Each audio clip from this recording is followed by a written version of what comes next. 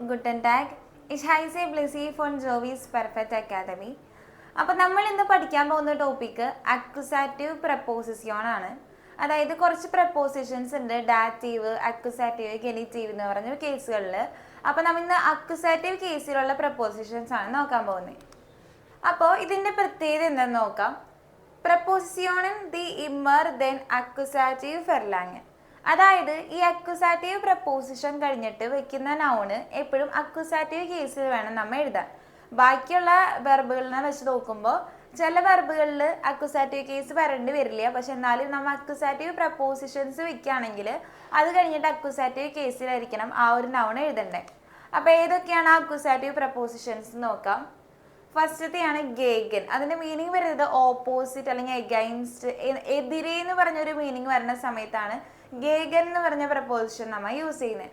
ഇനി അടുത്തതാണ് ഓനെ എന്ന് പറഞ്ഞാൽ വിത്തൗട്ട്, ദുർ, ത്രൂ, ഫിയോർ, ഫോർ, അച്ച്, വിസ്, അണ്ടിൽ ഓർ ടിൽ, എൻജ്ലാങ്, എലോങ്. ഇതൊക്കെയാണ് ഈ പ്രപ്പോസിഷൻസിൻ്റെ മീനിങ് വരുന്നത്. ഈ പ്രപ്പോസിഷൻ യൂസ് ചെയ്തതിന് ശേഷം വരുന്ന നൗൺ എപ്പോഴും അക്യുസാറ്റീവ് കേസിൽ വേണം എഴുതാൻ. അപ്പോൾ ഓരോ പ്രപ്പോസിഷൻസും നമുക്ക് എക്സാമ്പിൾ വെച്ച് നോക്കാം. അതിനു മുന്നേ വാസ് ബെഡോയിറ്റഡ് അക്യുസാറ്റീവ്, എന്താണ് അക്യുസാറ്റീവ് നോക്കാം. ഇതിൽ ചോദിക്കേണ്ട രണ്ട് ക്വസ്റ്റ്യൻസ് ആണ്, വെൻ എന്നുള്ളതും വാസ് എന്നുള്ളതും. അതായത് ആരെ അല്ലെങ്കിൽ എന്തിനെ, ഈ രണ്ട് മീനിങ് വരുന്ന സമയത്താണ് നമ്മൾ അക്യുസാറ്റീവ് കേസിൽ നമ്മൾ സെൻറ്റൻസിൽ നൗൺസ് എഴുതാറ്. അപ്പോൾ അതിൻ്റെ ആർട്ടിക്കിൾസ് ഏതാണെന്ന് നോക്കാം.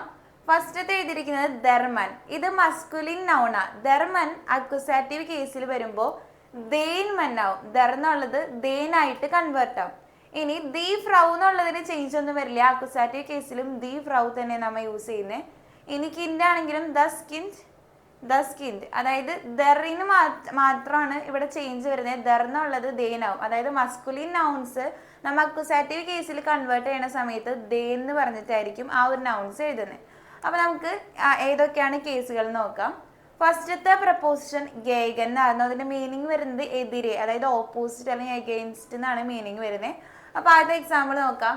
എർ ഫെയർട്ട് ഗേഗൻ ദേൻ ബൗ, അതായത് അവൻ മരത്തിനെതിരെ വണ്ടി ഓടിക്കുന്നു. അങ്ങനെയാണ് ആ ഒരു സെൻറ്റൻസിൻ്റെ മീനിങ് വരുന്നത്. ഇനി അവിടെ നമ്മൾ യൂസ് ചെയ്ത പ്രപ്പോസിഷൻ ഗേഗൻ ആണ്. അപ്പോൾ ഗേഗൻ കഴിഞ്ഞിട്ട് ബൗമിൻ്റെ ആർട്ടിക്കിൾ ദർ ബൗമ, അതായത് മസ്കുലിൻ കേസാണ് വരുന്നത്. അതുകൊണ്ട് ദർ എന്നുള്ളത് ദേനായിട്ട് കൺവേർട്ട് ആയി. അപ്പോൾ എർ ഫെയർട്ട് ഗേഗൻ ദേൻ ബൗം എന്നായി മാറി. ഇനി അടുത്തൊരു എക്സാമ്പിൾ നോക്കുകയാണെങ്കിൽ എറിസ്റ്റ് ഗേഗൻ ദേൻ പ്ലാൻ, അതായത് അവൻ ആ പ്ലാനിന് എതിരെയാണ്. അപ്പോൾ എതിരെ എന്ന് പറഞ്ഞിട്ടുള്ള ഒരു മീനിങ് വരുന്ന സമയത്താണ് ഗേഗൻ എന്ന് പറഞ്ഞ പ്രപ്പോസിഷൻ നമ്മൾ യൂസ് ചെയ്യുന്നത്. അവിടെയും ദർ പ്ലാൻ ആയിരുന്നു, അത് ദേനായിട്ട് കൺവേർട്ട് ആയി. ഇനി അടുത്ത എക്സാമ്പിൾ നോക്കുകയാണെങ്കിൽ ദർ ബാൾ ഫ്ലീറ്റ് ഗേഗൻ ദി വാൻസ്. ഇവിടെ വരുന്നത് ബാള്, അതായത് ബോള് ആ ഒരു ചുമരിനെതിരെ ചലിക്കുന്നു എന്നാണ് ആ ഒരു സെന്റൻസിന്റെ മീനിങ് വരുന്നത്. ഇനി ഇവിടെ ദി വാൻഡ് ആയിരുന്നു, അത് ദി ഫെമിനിൻ കേസിന് അക്യുസാറ്റീവ് ആണെങ്കിലും മാറ്റം വന്നില്ല. ദി എന്നുള്ളത് ദി തന്നെ ആയിട്ടാണ് നമ്മൾ അക്യുസാറ്റീവിൽ എഴുതുന്നത്. അതുകൊണ്ട് ഗേഗൻ ദി വാൻഡ്, അവിടെ മാറ്റമൊന്നും വന്നിട്ടില്ല. ഇനി അടുത്ത പ്രപ്പോസിഷൻ ആണ് ഓനെ എന്നുള്ളത്. അതിൻ്റെ മീനിങ് വിത്തൗട്ട്, അതായത് അത് കൂടാതെ നമ്മൾ എന്തെങ്കിലും ചെയ്യുന്നു, അങ്ങനെ കൂടാതെ അല്ലെങ്കിൽ ഇല്ലാതെ ആ ഒരു മീനിങ് വരുന്ന സമയത്താണ് ഓനെ എന്ന് പറഞ്ഞ പ്രപ്പോസിഷൻ നമ്മൾ യൂസ് ചെയ്യുന്നത്. അപ്പോൾ അത് സെൻറ്റൻസിൽ നോക്കാം. ഇഷ് ഗേ ഓനെ മൈനൻ ഫ്രണ്ട്, അതായത് ഞാൻ എൻ്റെ ഫ്രണ്ട് ഇല്ലാതെ പോയി. അപ്പോൾ ആ ഫ്രണ്ട് ഇല്ലാതെ എന്നുള്ളൊരു മീനിങ് വരുന്ന സമയത്താണ് നമ്മൾ ഓനെ എന്ന് പറഞ്ഞ പ്രപ്പോസിഷൻ യൂസ് ചെയ്തത്. ഇനി ഫ്രോയിൻഡ് എന്നുള്ളത് അതിൻ്റെ ആർട്ടിക്കിൾ ദർ ആണ്. അപ്പോൾ ദർ ഫ്രോയിൻഡ് ദേൻ ഫ്രോയിൻഡ് എന്ന് ആവുന്ന പോലെ തന്നെ മൈൻ ഫ്രോയിൻഡ് മൈനൻ ഫ്രോയിൻഡ് ആയിട്ട് അക്യുസാറ്റീവ് കേസിൽ മാറ്റം വരും. അപ്പോൾ ഇഷ് ഗേ ഓനെ മൈനൻ ഫ്രോയിൻഡ് എന്ന് പറഞ്ഞാൽ ഞാൻ എൻ്റെ ഫ്രണ്ടിനെ കൂടാതെ പോയി എന്നാണ് ആ ഒരു സെൻറ്റൻസിൻ്റെ മീനിങ്. ഇനി അടുത്ത എക്സാമ്പിൾ നോക്കുകയാണെങ്കിൽ സീ ഡ്രിങ്ക്ഡ് കഫേ ഓനെ സുക്കർ, അതായത് അവൻ പഞ്ചസാര ഇല്ലാതെ കാപ്പി കുടിക്കുന്നു എന്നാണ്, അവൾ പഞ്ചസാര ഇല്ലാതെ കാപ്പി കുടിക്കുന്നു എന്നാണ് ആ ഒരു സെൻറ്റൻസിൻ്റെ മീനിങ് വരുന്നത്. ഇനി സുക്കർ എന്നുള്ളതാണ് ഇവിടെ അക്യുസാറ്റീവ് കേസിൽ വന്നിരിക്കുന്നത്. അപ്പോൾ പഞ്ചസാര ഇല്ലാതെ എന്ന് പറഞ്ഞതുകൊണ്ടാണ് ഓനെ സുക്കർ എന്ന് നമ്മൾ എഴുതിയത്. ഇനി അടുത്തൊരു എക്സാമ്പിൾ ആണ് വിയർ ലേർണൻ ഡോയിഷ് ഓനെ ഐൻ ബുക്ക്, അതായത് ഞങ്ങൾ ജർമ്മൻ പഠിക്കുന്നു ബുക്കില്ലാതെ. അപ്പോൾ ബുക്കില്ലാതെ ഞങ്ങൾ ജർമ്മൻ പഠിക്കുന്നു എന്നാണ് ആ ഒരു സെൻറ്റൻസിൻ്റെ മീനിങ്. അപ്പോൾ ബുക്കില്ലാതെ എന്നായതുകൊണ്ട് ഓനെ ഐൻ ബുഹ്, ഇവിടെ ഐൻ ദസ് ബുഹ് ആണ്, അത് മാറ്റമൊന്നും വരില്ല. അക്യുസാറ്റീവിലാണെങ്കിലും ഐൻ തന്നെ നമ്മൾ യൂസ് ചെയ്യുന്നത്. ഇനി അടുത്തൊരു പ്രപ്പോസിഷൻ ആണ് ദുർഹ് എന്നുള്ളത്. ഈ ദുർഹിന്റെ മീനിങ് ത്രൂ, അതായത് അതിലൂടെ, ഇതിലൂടെ, അങ്ങനെ ലൂടെ എന്ന് പറഞ്ഞ് നമ്മ മലയാളത്തിൽ പറയുമ്പോഴാണ് ഈ ദുർഹ് എന്ന് പറഞ്ഞിട്ടുള്ള പ്രപ്പോസിഷൻ നമ്മൾ യൂസ് ചെയ്യുന്നത്. അപ്പൊ സെന്റൻസിൽ എങ്ങനെയാന്ന് നോക്കാം. ഇഷ് ഗേ ദുർഹ് ദേൻ പാർക്ക്, അതായത് ആ പാർക്കിലൂടെ ഞാൻ പോയി. അപ്പൊ ആ പാർക്കിലൂടെ എന്ന് പറഞ്ഞപ്പോഴാണ് ഇവിടെ ദുർഹി യൂസ് ചെയ്തത്. ഇവിടെ ദർ പാർക്ക് ആയതുകൊണ്ട് ദേൻ പാർക്കായിട്ട് അത് കൺവേർട്ട് ചെയ്യും. ഇനി അടുത്തൊരു എക്സാമ്പിൾ, ദർ സുഖ് ഫേർഡ് ദുർഹ് ദേൻ ടണൽ, അതായത് ആ ടണലിലൂടെ ആ ഒരു സുഖ്, ട്രെയിൻ പോയി എന്നാണ് അവിടെ മീനിങ് വരുന്നത്. അപ്പൊ ടണലിലൂടെ എന്നായതുകൊണ്ട് ദുർഹ് ദേൻ ടണൽ. ഇനി അടുത്തൊരു എക്സാമ്പിൾ, ദസ് ലിസ്റ്റ് കോംറ്റ് ദുർഹ് ദസ് ഫെൻസ്റ്റർ, അതായത് ആ ഒരു ജനാലിന്റെ ഇടയിലൂടെയാണ് ആ ഒരു ലൈറ്റ് അകത്തേക്ക് വരുന്നത്. അപ്പൊ ആ ജനാലിന്റെ ഇടയിലൂടെ എന്ന് പറയാൻ വേണ്ടിയിട്ടാണ് ഇവിടെ ദുർഹ് ദസ് ഫെൻസ്റ്ററിന് നമ്മൾ യൂസ് ചെയ്തത്. ഇനി അടുത്ത പ്രപ്പോസിഷൻ ആണ് ഫ്യൂർ. ഇത് നമ്മൾ യൂസ് ചെയ്യുന്നത് വേണ്ടി, അതായത് ഫോർ എന്നുള്ള മീനിങ് പറയുന്ന സമയത്താണ് ഫ്യൂർ നമ്മൾ യൂസ് ചെയ്യുന്നത്. അപ്പോൾ എക്സാമ്പിൾ ആയിട്ട് സെന്റൻസിൽ നോക്കാം. ദസ് ഗഷൻ ഗിസ്റ്റ് ഫ്യൂർ മൈരേ മുട്ടർ, അതായത് ആ ഒരു സമ്മാനം എൻ്റെ അമ്മയ്ക്ക് വേണ്ടിയുള്ളതാ. അപ്പൊ ആ വേണ്ടി, അമ്മയ്ക്ക് വേണ്ടി എന്ന് പറയുന്ന ആ ഒരു മീനിങ് വരുന്ന സമയത്താണ് ഫ്യൂർ നമ്മൾ യൂസ് ചെയ്യുന്നത്. ഇവിടെ മൈനേ മുട്ടർ, അത് ദി മുട്ടർ എന്നാണ്. അതുകൊണ്ട് തന്നെ മൈനേ മുട്ടർ അക്യുസാറ്റീവ് കേസിലും സെയിം തന്നെയായിരിക്കും. നോമിനാറ്റീവ് പോലെ തന്നെയാണ് നമ്മൾ അക്യുസാറ്റീവിലും എഴുതുക. ഇനി അടുത്തൊരു എക്സാമ്പിൾ ആണ് ഇഷ് ലേർനെ ഡോയിഷ് ഫ്യൂർ മൈനൻ യോബ്, അതായത് എൻ്റെ ജോലിക്ക് വേണ്ടി ഞാൻ ജർമ്മൻ പഠിക്കുന്നു. അപ്പൊ ജോലിക്ക് വേണ്ടി എന്നുള്ള മീനിങ് വന്നതുകൊണ്ട് ഫ്യൂർ നമ്മൾ യൂസ് ചെയ്തു. ഇനി ദർ യോബാണ്, അത് ദേൻ യോബ് ആവുന്ന പോലെ തന്നെ മൈനർ യോബ് എന്നുള്ളത് മൈനൻ യോബായിട്ട് മാറി.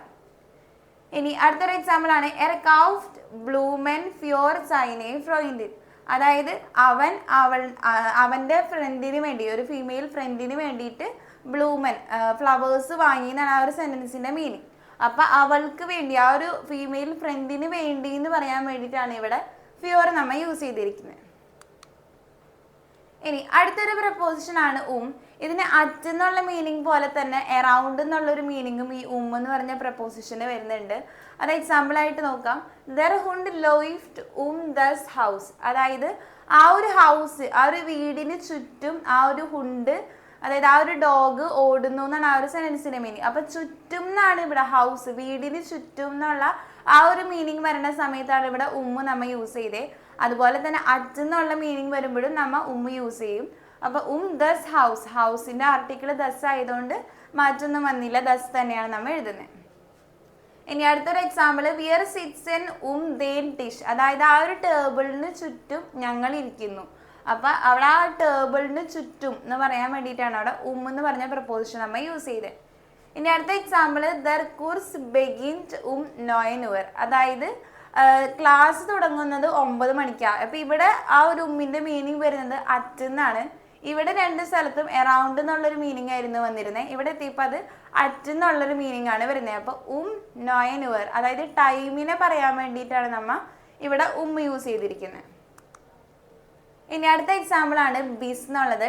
ടിൽ അല്ലെങ്കിൽ അണ്ടിൽ, വരേന്ന് പറയണ ആ ഒരു മലയാളം മീനിങ് വരേന്ന് പറയാൻ വേണ്ടിയിട്ടാണ് നമ്മൾ ബിസ് യൂസ് ചെയ്യുന്നത്. അപ്പൊ എക്സാമ്പിൾ നോക്കാം. ഈ ഷാർബൈത്തെ ബിസ് ഫ്യൂൺ ഉവർ, അതായത് ഞാൻ 5 മണി വരെ ജോലി ചെയ്യുന്നത്. അപ്പൊ 5 മണി വരെ എന്ന് പറയാൻ വേണ്ടിയിട്ടാണ് ഇവിടെ ബിസ് ഫ്യൂൺ ഫുവർ എന്ന് നമ്മൾ യൂസ് ചെയ്തത്.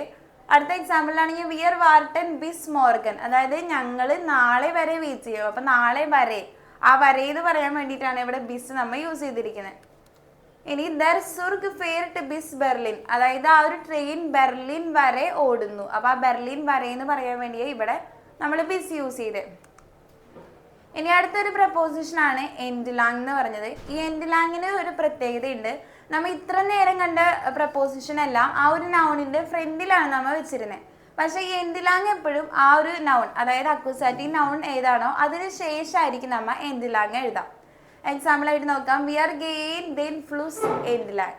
ഇതിന്റെ മീനിങ് വരുന്നത് ഞങ്ങൾ ആ നദിയുടെ അരികിലൂടെ നടന്നു എന്നാണ് ആ ഒരു മീനിങ് വരുന്നത്. പക്ഷെ ഇവിടെ ദെൻ ഫ്ലൂസ് കഴിഞ്ഞിട്ടാണ് നമ്മൾ എൻഡ് ലാങ് യൂസ് ചെയ്തിരുന്നത്.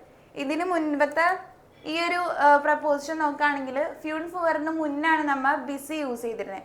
ബാക്കി ഏത് പ്രപ്പോസിഷൻ എടുത്താലും ഇപ്പൊ ദസ് ഹൗസ് എന്നുള്ളത് ദസ് ഹൗസ് എന്നാണ് നമ്മൾ പറഞ്ഞത്. അതായത് ആദ്യം നമ്മൾ പ്രപ്പോസിഷൻ പറഞ്ഞതിന് ശേഷമാണ് നൗൺ പറഞ്ഞിരുന്നത്. പക്ഷെ എൻഡ് ലാങ്ങിന്റെ പ്രത്യേകത നൗൺ പറഞ്ഞതിന് ശേഷമായിരിക്കും നമ്മൾ ഈ പ്രപ്പോസിഷൻ എഴുതുന്നത്. അപ്പോൾ വി ആർ ഗെയിൻ ദെൻ ഫ്ലൂസ് എൻഡ്ലാങ്, അതായത് ഞങ്ങൾ ആ നദിയുടെ അരികിലൂടെ നടക്കുന്നു. ഇനി അടുത്ത എക്സാമ്പിൾ നോക്കാം. ദി കിൻഡർ ലൗഫൻ ദി സ്ട്രാസെ എൻഡ്ലാങ്, അതായത് കുട്ടികൾ ആ ഒരു സ്ട്രീറ്റിന് അരികിലൂടെ ഓടുന്നു. ലൗഫൻ ഓടുന്നു എന്നാണ് അവിടെ പറഞ്ഞിരിക്കുന്നത്. അപ്പോൾ ഈ സ്ട്രീറ്റിന് അരികിലൂടെ എന്ന് പറയാൻ വേണ്ടി ദി സ്ട്രാസെ എൻഡ്ലാങ്, ആദ്യം നമ്മൾ നൗൺ വെച്ച് അതിന് ശേഷമാണ് ഇവിടെ പ്രപ്പോസിഷൻ എൻഡ്ലാങ് നമ്മൾ യൂസ് ചെയ്തത്. അടുത്ത എക്സാമ്പിൾ നോക്കാം. എസ് ഗിഫ്റ്റ് ഫീലെ ബോയിമേ ദെൻ വെക് എൻഡ്ലാങ്, അതായത് ആ ഒരു വഴിയുടെ അരികിലൂടെ ഒരുപാട് മരങ്ങൾ ഉണ്ടെന്നാണ് ആ ഒരു സെന്റൻസിന്റെ മീനിങ്. അപ്പോൾ ആ വഴിയുടെ അരികിലൂടെ എന്ന് പറയാൻ വേണ്ടിയിട്ടാണ് ദെൻ വെക് എൻഡ്ലാങ് എന്ന് പറഞ്ഞിട്ട് ഈ പ്രപ്പോസിഷൻ നമ്മൾ യൂസ് ചെയ്തത്. അപ്പോൾ ഈ എല്ലാ 7 പ്രപ്പോസിഷൻസ് ആണ് ഉള്ളത്. ഗേഗൻ, ഓനെ, ദുർ, ഫ്യോർ, ബിസ്, എൻഡ്ലാങ്. അപ്പോൾ ഈ 7 പ്രപ്പോസിഷന്റെ മീനിങ് മനസ്സിലായി എന്ന് വിചാരിക്കുന്നു. ഈ പ്രപ്പോസിഷൻസ് എല്ലാം കഴിഞ്ഞിട്ട് നമ്മൾ അക്യൂസാറ്റീവ് കേസാണ് എഴുതേണ്ടത്. പിന്നെ ഒരു മാറ്റം വരണത് എൻഡ്ലാങ്ങിന് മാത്രമാണ്. അത് നമ്മൾ ആ ഒരു നൗൺ എഴുതിയതിന് ശേഷമായിരിക്കും നമ്മൾ എൻഡ്ലാങ് എന്ന് പറഞ്ഞ പ്രപ്പോസിഷൻ എഴുതുന്നത്. അപ്പോൾ ഇത് തമ്മിലുള്ള വ്യത്യാസങ്ങളൊക്കെ മനസ്സിലായെന്ന് വിചാരിക്കുന്നു. അപ്പോൾ എന്തെങ്കിലും ഡൗട്ട്സ് ഉണ്ടെങ്കിൽ കോമൻസിലൂടെ ചോദിക്കുക. ഡാങ്കേഷൻ.